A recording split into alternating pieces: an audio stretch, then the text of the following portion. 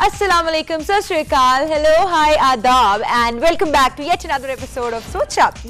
खैर आजकल सोचा आपकी ज़्यादा स्ट्रेस पाकिस्तानी अवाम क्रिकेट मैच पे ले रही है। ICC championship trophies everywhere and I am really enjoying it. पहली दफ़ा ज़िंदगी में हार के मज़ा आया जब ऑस्ट्रेलिया और पाकिस्तान का मैच था। हारने में मज़ा है ऑफ कोर्स बिकॉज इंडिया हमारे बचपन के rivals they were out of the tournament, which is very good. खैर I'm hoping कि पाकिस्तान आगे जाके they'll keep winning और हम इस बार finally चैंपियंस ट्रॉफी जीत लेंगे।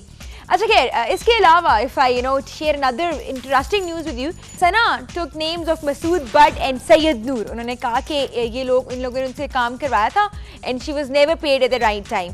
खैर when both the people were consulted कि जी आपने सना को पैसे नहीं दिए थे, तो उन्होंने बड़ी आसानी से कह दिया नहीं जी हम नहीं, ऐसी कोई बात नहीं है। और अगर बल्कि मसूद भट्ट ने तो ये कहा कि जब उनकी मूवी की शूटिंग हो रही थी तो सना ने कहा कि मैं अगर पैसे मुझे ना मिले तो मैं डबिंग नहीं करवाऊंगी। तो फिर उन्होंने डबिंग कैसे करवा दी, मूवी रिलीज़ कैसे होगी एंड ऑल दैट। लेकिन खैर सना ने यह कहा कि she has taken this form step ताकि बाकी एक्टर्स के साथ ये ज्यादती ना हो सके। Let's move on to as a first segment which is as usual line पे आओ। अच्छा अब before I go to line पे आओ मैं एक अपने आप को एक बात याद करा दूं कि मैंने सोचा है कि अब मैं ज़रा आहिस्ता बोला करूंगी क्योंकि मुझे जो भी मिलता है वो मुझे कहते हैं तुम कितना तेज़ बोलती हो, तुम्हारी आधी बातें समझ नहीं आती। तो मैं नहीं चाहती कि मेरी इतनी कीमती बातें आप लोगों को समझ में ना आए, इसलिए अब मैं आहिस्ता बोलूँगी। खैर लाइन पे आओ में इस बार हमारे पास एक ज़रा कॉन्ट्रोवर्शियल सा इशू है, बैंड ओवरलोड, जिनके बारे में हमने पहले भी बात की थी। देयर एक्चुअली क्वाइट गुड, काफ़ी अच्छा काम कर रहे हैं, यंगस्टर्स एंड ऑल। उस बैंड के एक मेंबर हैं पप्पू सई, वो ढोल बजाते हैं, ढोल बजा एग्जैक्टली पप्पू साई। वो पहले he was a part of Overload band but अचानक से फिर ही वेंट समवेयर और अब वो नहीं है। So we are trying to figure out कि वो कहाँ गए, हुआ क्या। सो सबसे पहले हम चल के फरहद से पूछते हैं, फरहाद से पूछते हैं क्योंकि उनके नाम की स्पेलिंग FARHAT है तो ये फरहद भी बनता है। सो खैर हम फरहाद से पूछते हैं कि क्या हुआ।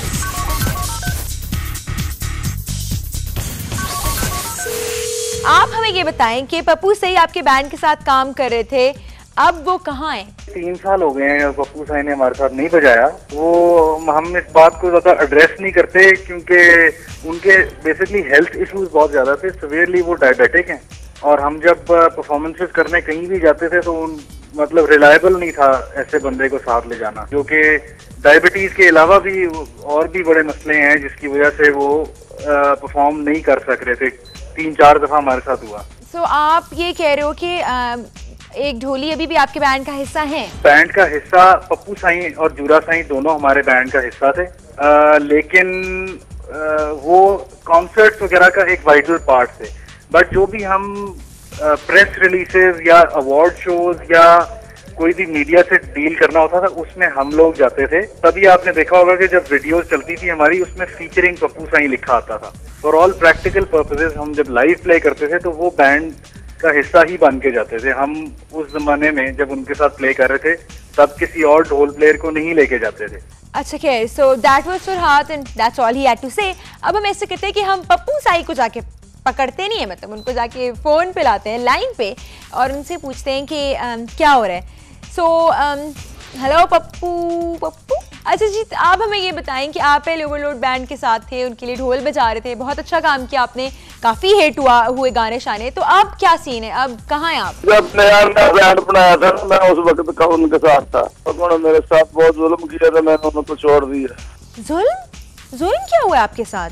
1 करोड़ से कितने 70 लाख का 50 लाख का 1.5 करोड़ में, तो मुझे 5-6 लाख रुपये दिया उन लोगों ने पाती उन्होंने। तो बस ये काम उन लोगों ने मेरे साथ किया था, मैंने छोड़ दिया उनको। हो गया था 1 साल, सब कुछ हो गया था प्रेम से मिलकर। मुझे तो उस लोग ने पता ही नहीं, फादी ने बताया कि ये क्या हो रहा था क्या नहीं। एंड पे आन के मेरे ये हो रहा था, ये बात है। ओफो, ये थे हमारे मासूम से पप्पू साई बेचारे जो दुखी नज़र आ रहे थे, नज़र नहीं आ रहे थे मतलब सुनाई दे रहे थे काफ़ी। ऑब्वियसली आप you are a part of a band और पैसों के पीछे पंगा करके you are not a part of a band, लेकिन खैर फिक्र ना करें, रिस्क अल्लाह मियाँ देता है। So you'll get another chance। खैर now let's go and talk to Meesha who is actually female singer. हमने इनके बारे में भी पहले बात की थी। She has sung a couple of English songs and now she is a part of Overload band. So हम मीशा से चल के पूछते हैं कि उनके husband is also guitarist in this, तो ढोली कहाँ गए, पप्पू साई के साथ क्या हुआ। सो मीशा, आप प्लीज हमें ये बताएंगे पप्पू साईं के साथ क्या हुआ, अब वो बैंड में है नहीं है, क्या है? बेसिकली बैंड जो है वो एक आर्टिस्ट को या एक और म्यूजिशियन को फीचर कर रहा है अपने गाने में, अपनी एल्बम में, अपने कॉन्सर्ट्स में।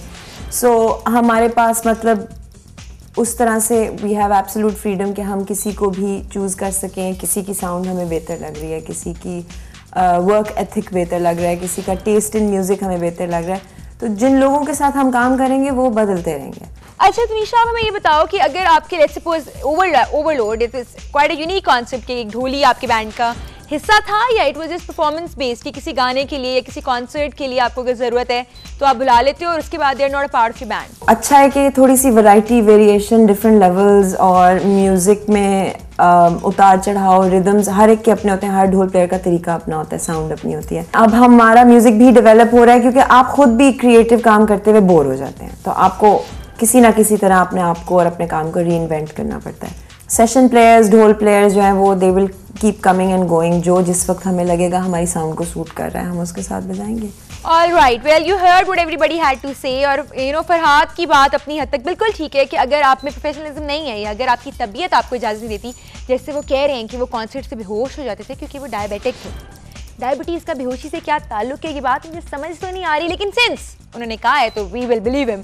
खैर, so he is looking for a new ढोली नाउ, और आई होप कि उनको कोई अच्छा प्रोफेशनल पहलवान हट्टा कट्टा नेचर का मिल जाए। वैसे करेंटली उनके साथ नासिर शाही काम कर रहे हैं, तो हो सकता, उम्मीद है कि वो काफ़ी सेहतमंद और तंदुरुस्त और तवाना होंगे। व्हाटएवर। अच्छा खैर, now let's move on. Before we move on towards the next segment, सुनने में यह आया है कि शाहरुख खान ने वसीम अकरम को अपनी IPL की टीम को कोच करने के लिए इन्विटेशन दिया कि वो इंडिया जाएं।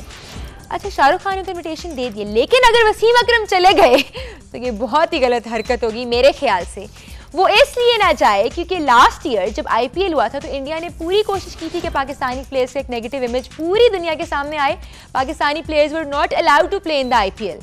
ठीक है, अगर इंडिया हमारे साथ इतना बुरा कर सकता है तो ये अलबात भी है कि हम वसीम अकरम को शायद इतना यहाँ पर यूज़ नहीं करें, लेकिन यूज़ होना नहीं चाह रहे ना। He is working for different sports channels and he is giving interviews and he is dancing with Sushmita Sen. बस हो गया ना इंडिया, मतलब अगर IPL में इंडियंस पाकिस्तानी प्लेयर्स को नहीं खिला रहे तो पाकिस्तानी कोच क्यों जाएगा? आई थिंक नहीं जाना चाहिए। माई डायरेक्टली थिंक्स जाना चाहिए। You should mail me and tell me कि जाना चाहिए कि जाना नहीं चाहिए।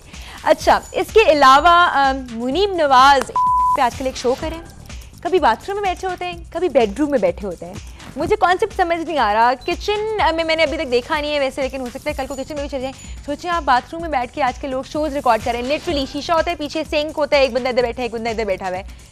Different unique concept. वेल, अगर चल रहा है, बिक रहा है तो फिर ठीक है, लेकिन काफ़ी डिफरेंट हो गया है। अच्छा, इसके अलावा कराची के ATV शो, कराची में ATV का जो शो था, आप लोग ये मत समझा करेंगे मैं दूसरों की सिर्फ बुराइयाँ कर सकती हूँ, मैं अपने घर की भी बुराई करती हूँ, मैं अपने सेट की कितनी बुराई करती हूँ, है ना। अच्छा खैर, ATV का जो कराची शो था जो आप लोगों ने ईद पर देखा था, उसमें एक डांस परफॉर्मेंस थी। आई बिलीव इस डांस परफॉर्मेंस की क्लिपिंग्स आप लोग देख सकते हैं टू रिकॉल योर मेमोरीज। उस डांस परफॉर्मेंस में परफॉर्मेंस तो थी नहीं, सो हम लोग ये यहाँ पे सामने बैठ के सोच रहे थे कि क्रिएटिविटी कहाँ गई। वैसे नॉट दिस कि हमने कोई चांद रात पे बहुत बड़ा तीर मारा है, लेकिन फिर भी व्हाट इज़ रॉन्ग, बेहतर हो सकती है ना चीज़ें, इसीलिए हम उनको मेंशन करते रहते हैं। अच्छा, इसके अलावा मीशा और ये जो लड़का था ओवरलोड बैंड, राइट, इन लोगों ने अभी ऑस्लो में परफॉर्म किया। फरहाद इन लोगों ने ऑस्लो में परफॉर्म किया and which was very good and there were lot of people on the concert and फलाना ढिमकाना। Alright, now let's go on to the second segment, which is ये क्या हो रहा है।